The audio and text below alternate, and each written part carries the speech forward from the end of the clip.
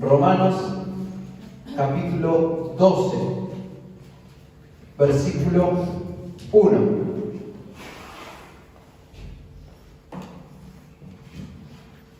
Romanos 12, 1. Nos interesa hablar en el día de hoy acerca de los primeros dos versículos. Romanos 12, 1 y versículo 2. Vamos a ver si podemos hablar los dos, si no compartiremos hasta donde lleguemos y después seguiremos. ¿Encontramos? Amén. Está escrito: así que, hermanos, os ruego por las misericordias de Dios que presentéis vuestros cuerpos en sacrificio vivo, santo, agradable a Dios, que es vuestro culto racional. No os conforméis a este siglo, sino transformaos por medio de la renovación de vuestro entendimiento, para que comprobéis cuál sea la buena voluntad de Dios, agradable y perfecta. Amén. Vamos a tomar asientos.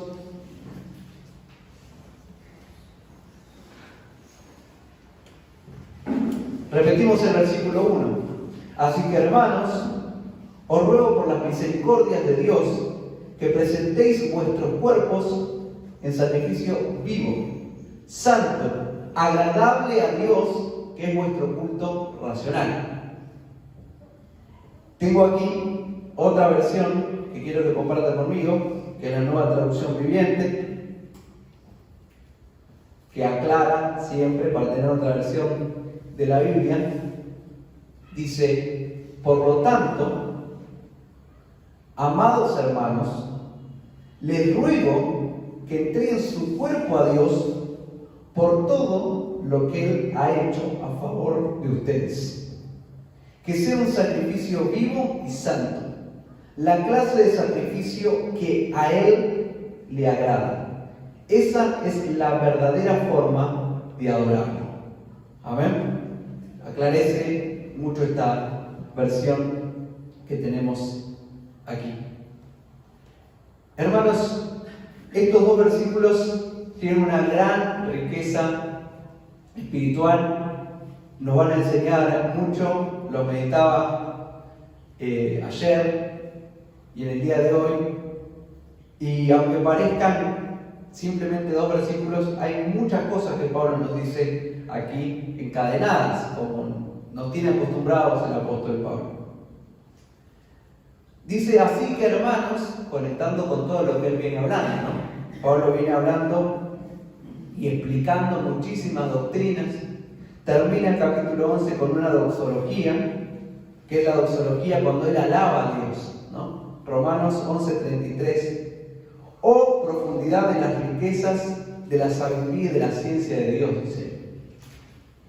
Cuán insondables son sus juicios, inescrutables sus caminos. Ahí Pablo no está enseñando. Se dedica por un momento a adorar a Dios, a alabar a Dios, a simplemente escribir o dictar a quien está escribiendo esta carta una alabanza a Dios. Porque ¿quién entendió la mente del Señor? ¿O quién fue su consejero?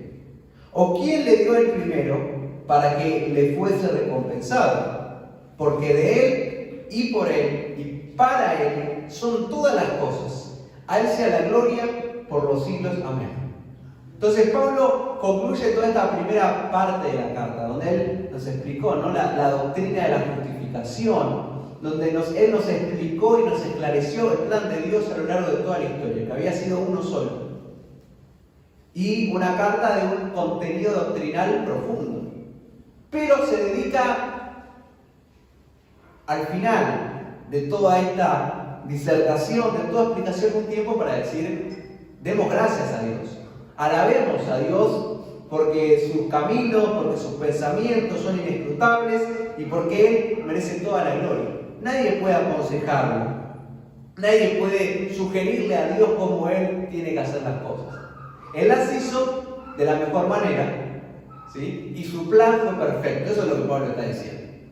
Entonces, concluye con la parte de la epístola doctrinal, teórica, y va a una parte más práctica, ¿sí? Dice, así que hermanos, habiendo escuchado todo esto, habiendo entendido todo esto, habiendo seguido y profundizado en todos estos detalles,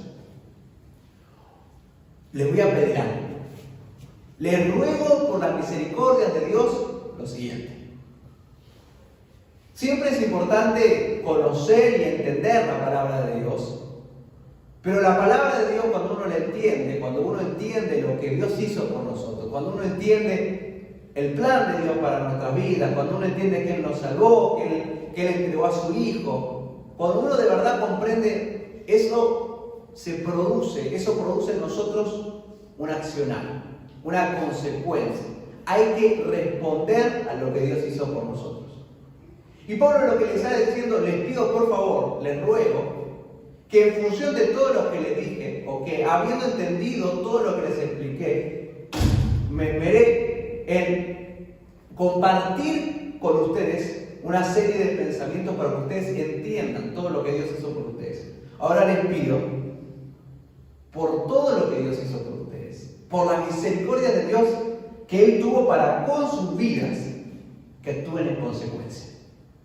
Porque la teoría en sí es importante, porque nosotros leemos la palabra de Dios, porque nosotros aprendemos la palabra de Dios, entendemos la doctrina de la Biblia y todo eso es importante.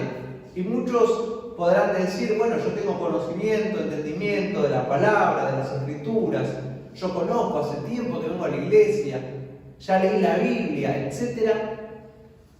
Pero tiene que tener una aplicación práctica. Si no, no sirve. El conocimiento simplemente amontonándose en la mente sin una aplicación práctica es estéril. No sirve para nada. Uno puede amontonar y amontonar conocimiento, almacenar conocimiento en su mente. Pero Dios exige, y la Biblia exige, y la vida cristiana exige no solamente saber, sino hacer. ¿Sí? Actuar en consecuencia. Sabemos, conocemos a Dios o decimos conocer a Dios, pero el conocimiento de Dios se tiene que traducir en una actitud y en un comportamiento, en una respuesta al estímulo del conocimiento de Dios. Sabemos que las misericordias de Dios se renuevan cada mañana. Amén. Lamentaciones 3, 22 al 23. Texto muy, pero muy conocido, cantado, citado, porque Pablo aquí les está diciendo, os ruego por la misericordia de Dios. ¿Y cómo son las misericordias de Dios? Lamentaciones 3, 22 al 23. Por la misericordia de Jehová no hemos sido consumidos, porque nunca decayeron sus misericordias. Nuevas son cada mañana, grande es tu fidelidad. Y hoy cantamos esto. Dios ha sido bueno, ¿no? Tu fidelidad es grande. Y a veces son coros, alabanzas, que ya tenemos tan incorporadas en la mente porque cantamos hace años, que quizás le perdemos la importancia del significado, ¿no? Porque Dios ha sido bueno. Un mensaje tan simple, o tu fidelidad es grande. Y una canción que repite y repite esa frase, pero el significado es profundo. Entonces que recapacitemos y pensemos, ¿qué estábamos cantando hace un rato? Es importante que la misericordia de Dios sea grande.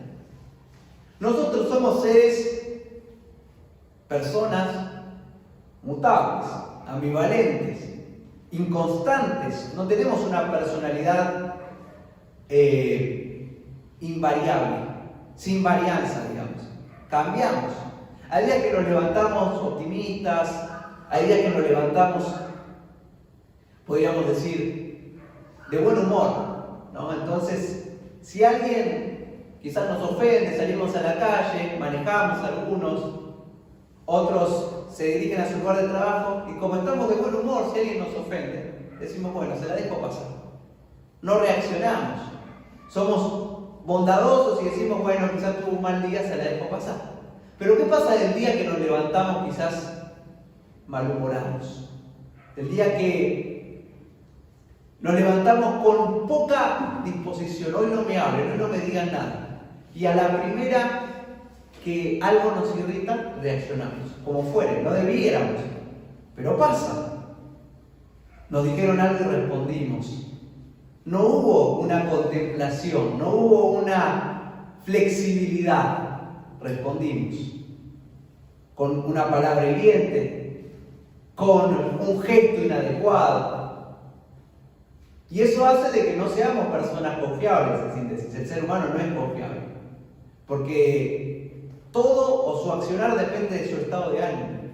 ¿Por qué digo esto? Porque dice la palabra de Dios en este día, por la misericordia de Jehová no hemos sido consumidos. Porque Dios no cambia. Y porque sus misericordias se renuevan cada mañana.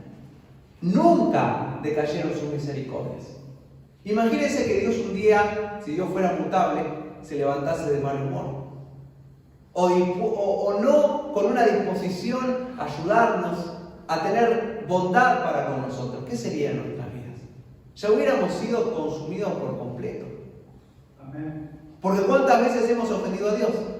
Pero lo que Pablo acaba de relatar en la epístola a los Romanos y lo que dice aquí Jeremías es: nunca decayeron sus misericordias. Nosotros a lo largo de nuestras vidas hemos sido inconstantes, hemos ofendido a Dios, pero la misericordia de Dios fueron nuevas cada mañana. Una y otra vez, Dios fue siempre el mismo. Un Dios bondadoso, un Dios dispuesto a ayudarnos, un Dios dispuesto a darnos una nueva oportunidad. Fiel, siempre fue el mismo. Nosotros fuimos, podríamos decir, malhumorados, enojados, mal hablados, peleando con tentaciones, y nos hemos presentado ante Dios de diferente manera, con desgano, con mala predisposición, en momentos quizás con gozo, pero Dios siempre estuvo con sus brazos abiertos esperándonos. Y eso, que la misericordia de Dios se renueve cada mañana, es una esperanza, y es aquello por el cual estamos hoy en este lugar. Si estamos hoy todos en este lugar, es porque detrás hay un Dios misericordioso. Así que, hermanos, volviendo al texto principal, os ruego, les pido por las misericordias de Dios, dado que la misericordia de Dios ha sido tan buena para con nosotros, que yo tengo 28 años, Dios a lo largo de estos 28 años ha sido misericordioso para conmigo. Usted puede insertar su edad y decir, todo este tiempo, si miro en retrospectiva, Dios ha sido misericordioso para conmigo. Entonces, tengo que actuar en consecuencia. Y le ponía a este mensaje un culto racional, porque lo que nos está pidiendo Pablo, y es lo que vamos a hablar, que tenemos que ofrecer un culto a Dios, un culto racional. Y me ponía como subtítulo, hacia un más alto nivel espiritual. A medida que avanzamos en cualquier institución educativa en general, está así formado el sistema educativo. ¿Para qué? Para que vaya de menor a mayor. ¿Sí? De menor dificultad a mayor dificultad.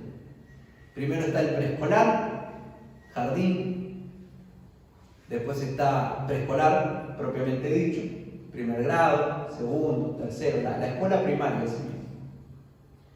Donde de a poco uno ve cómo gradualmente se va pidiendo más.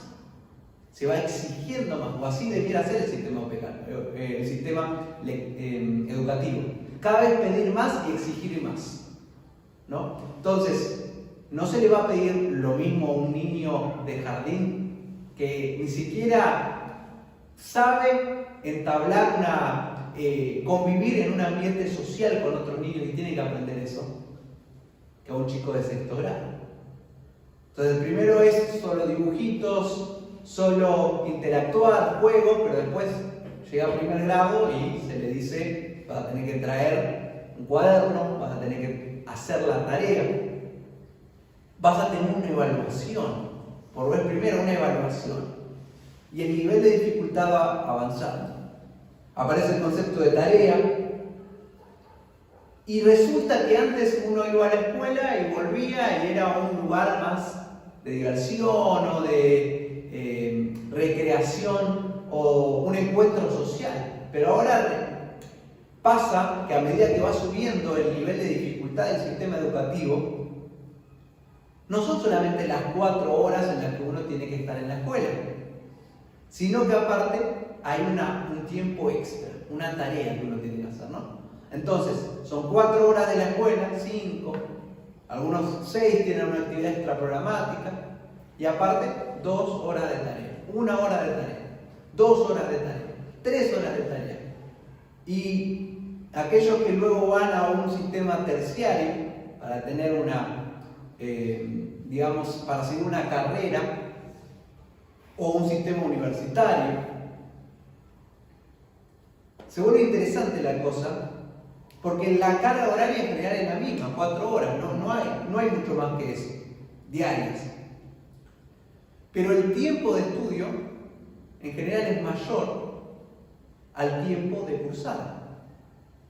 Es decir, antes 1 hora de tarea, ¿no? Lo que teníamos que hacer en nuestras casas.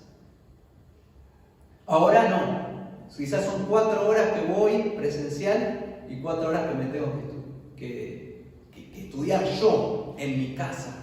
Después las 4 horas no alcanzan, no necesito más tiempo. 6 horas. Entonces requiere un esfuerzo adicional. No basta con ir a cursar. Hay tarea para el hogar.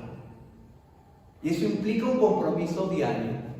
Uno va y el profesor me está viendo y le presto atención, tomo notas. Pero yo sé muy bien que con eso no basta. Llego a mi casa y sé que tengo que dedicarle un tiempo extra. Es la única forma, es la única receta. No hay magia. Es eso. Dedicación, tiempo, esfuerzo. Y los resultados en general son proporcionales al tiempo de dedicación. Uno no puede pretender buenos resultados con poca dedicación. Ahora, ¿por qué toda esta introducción? ¿No? Porque lo que yo pensaba es, por alguna razón a veces creemos que la iglesia es diferente. Y esto viene prácticamente heredado, o se observa más generalmente, en la iglesia católica. La iglesia católica, que es quizás la iglesia predominante, por decirlo así, en nuestro país. La gente en general iba una vez por semana a la iglesia, estaba allí, se vestía bien, acorde, escuchaba lo que el cura decía y eso era todo, se acabó. 2 horitas, 1 hora de misa, eso era. Lo que nosotros tenemos que entender es que muchas veces, uno después viene a la iglesia evangélica y dice, tengo culto los miércoles. Tengo culto los miércoles de 7 a 7 y media a 9, 9 y media, 2 horas. Tengo culto el domingo de 9 y media a 11 y media. Ese es lo que equivale en mi metáfora, en mi analogía, en mi ilustración, al tiempo de cursar. Y uno empieza así viniendo a la casa de Dios, pero hay una noticia: el nivel de exigencia empieza a crecer.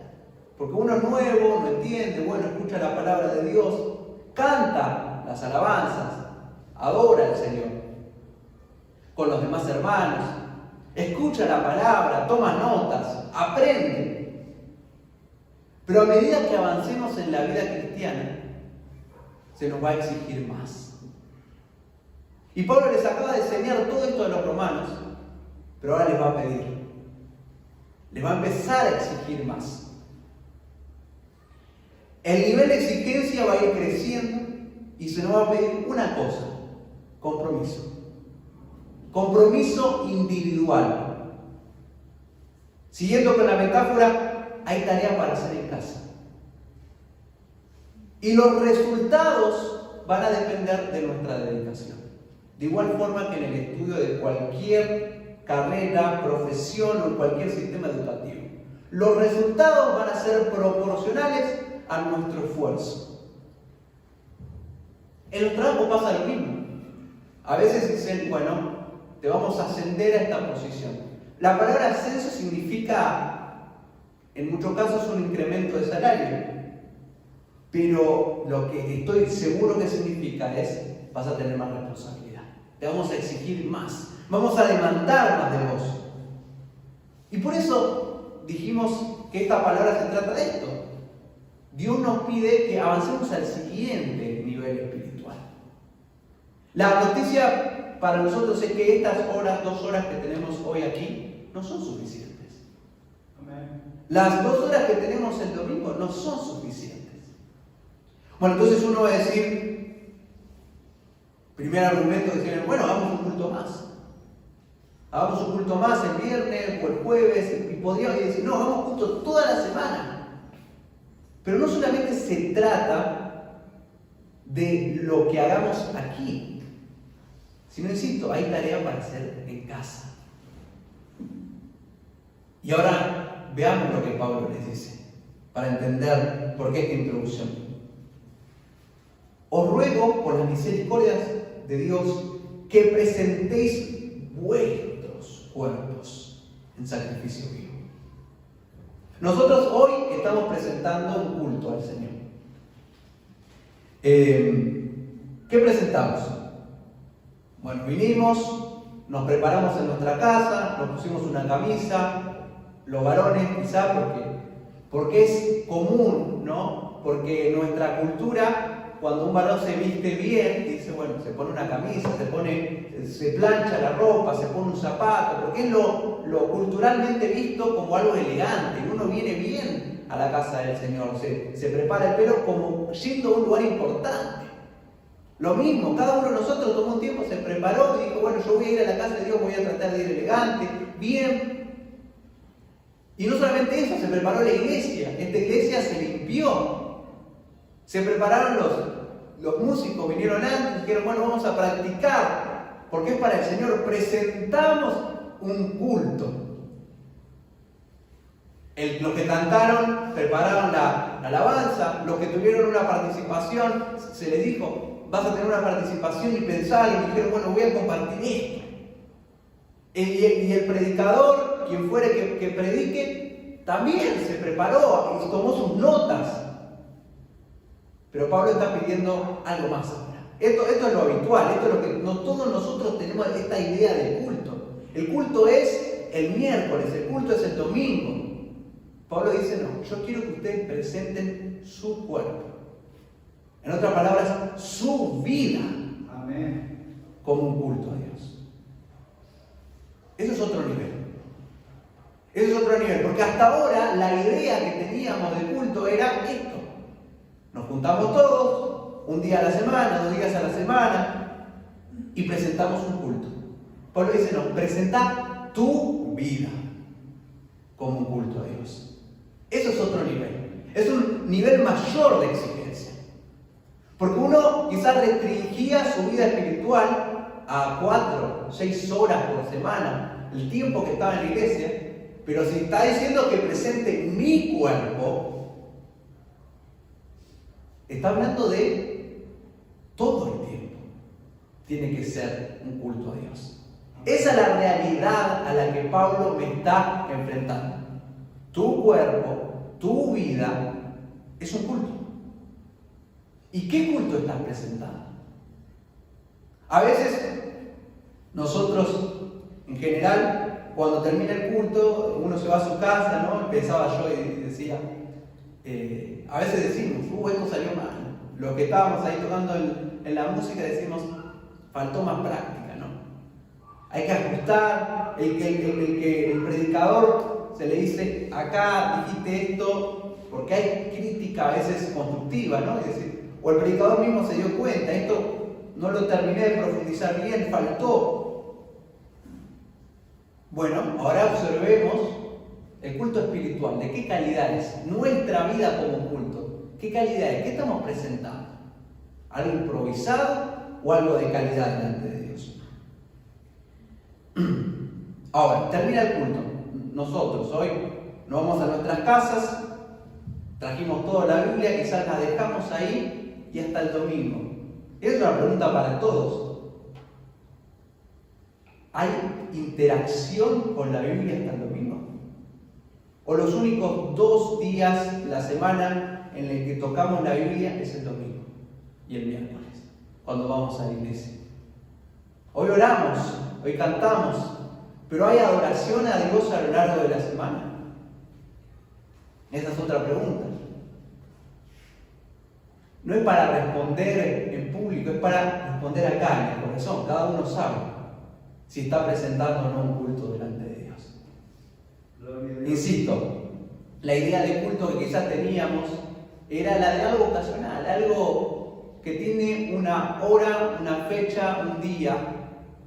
Pero Pablo dice, no, hermanos, por la misericordia de Dios, porque les acabo de decir todo lo que Dios hizo por ustedes, quiero que presenten sus cuerpos, un sacrificio vivo. ¿Cuál es el sacrificio? Recordemos que el sacrificio era la forma de alabar o de ofrecer lo que se ofrecía a Dios en el Antiguo Testamento, ¿no? Se ofrecían animales muertos, ¿sí?, en sacrificio a Dios, y Dios recibía esa ofrenda. La ofrenda era el sacrificio. Bueno, lo que Pablo está diciendo, el sacrificio es tu vida, tu comportamiento.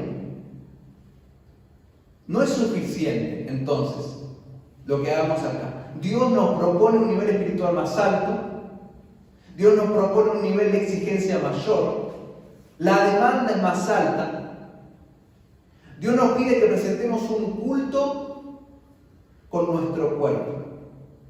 Que mi cuerpo sea un culto al Señor significa que es una reunión 24 horas, los 7 días de la semana.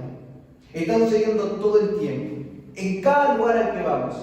Mientras estamos despiertos, Dios tiene que ser alabado y adorado con nuestra actitud. Entonces, quizás nos estamos enterando, quizás no lo habíamos pensado, quizás eso no es una realidad en nuestra vida. Entonces, anotaba aquí, tu cuerpo, mi cuerpo es el sacrificio que se presenta delante de Dios. Mi vida son los signos, son las alabanzas que se entonan delante de la presencia de Dios. Dice un sacrificio vivo, porque para quienes están en Cristo, el único culto aceptable es entregarse a sí mismos, por completo, al Señor como un instrumento de justicia y rectitud. ¿Qué podemos entregarle a Dios nosotros? Y uno puede decir, bueno, le entrego una alabanza, le entrego, ¿qué es lo más valioso que uno tiene? Su vida. Su vida. Porque no hay nada que podamos darle a Dios, si Él es el creador del cielo y del universo y dueño de todo. Pero lo más valioso que yo puedo darle a Dios es mi propia vida, porque lo más valioso de cualquier hombre o mujer es su vida, y por eso Dios nos pide todo. Romanos capítulo 6, versículo 12 al 13. Pablo dice en Romanos capítulo 6, 12 al 13. No reine pues el pecado en vuestro cuerpo mortal, de modo que lo obedezcáis en sus concupiscencias. Ni tampoco, fíjense que aquí usa una palabra, presentéis vuestros miembros al pecado como instrumentos de iniquidad, sino presentaos vosotros mismos a Dios como vivos de entre los muertos, y vuestros miembros a Dios como instrumentos de justicia. Repitamos ese último versículo. Ni tampoco presentéis vuestros miembros al pecado, está hablando de los miembros de nuestro cuerpo, como instrumentos de iniquidad, sino presentaos vosotros mismos a Dios como vivos de entre los muertos, y vuestros miembros a Dios como instrumentos de justicia. Quiere decir que la ofrenda somos nosotros. Antes Insisto, en el Antiguo Testamento se tomaba un cordero, se tomaba un macho cabrío, se llevaba, se sacrificaba delante de Dios y Dios aceptaba esa ofrenda. Después vino Cristo y Él fue ese cordero, Él fue la ofrenda perfecta.